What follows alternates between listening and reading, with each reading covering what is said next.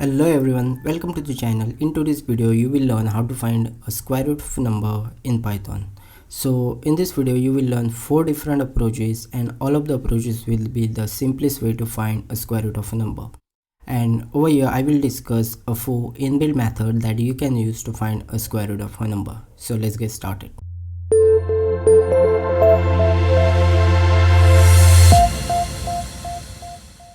So the first method is to use math.sqrt function. Let's see how we can use this function. Say we want to find a square root of 25 using this method. So what we'll do, we will first import math module because this function is defined inside this library, and after that we will simply use math.sqrt function, and as a parameter we will pass a number. Here we have included full statement inside the print statement because it is going to return a value. Now if we run this code, we will get 5 as output because square root of 25 is 5. Another way to find a square root in Python is to use math.power function, which we write it as math.pow. Even this function is defined inside math library, so we will first import it. While calling, we will pass two parameters. The first one will be the number and the second one will be 0.5, which is nothing but half. Now this function can be used for various operations to find a power, which is nothing but finding x to the power y. So we can use this function to find a square root, cube root, and many more. Now the third approach is similar to the first approach, but here instead of using math library we are using ASCII-Math library, and this library is mainly used to work with the complex number, but I'll show you how to find a square root of a number using this library. So first we will import ASCII-Math library.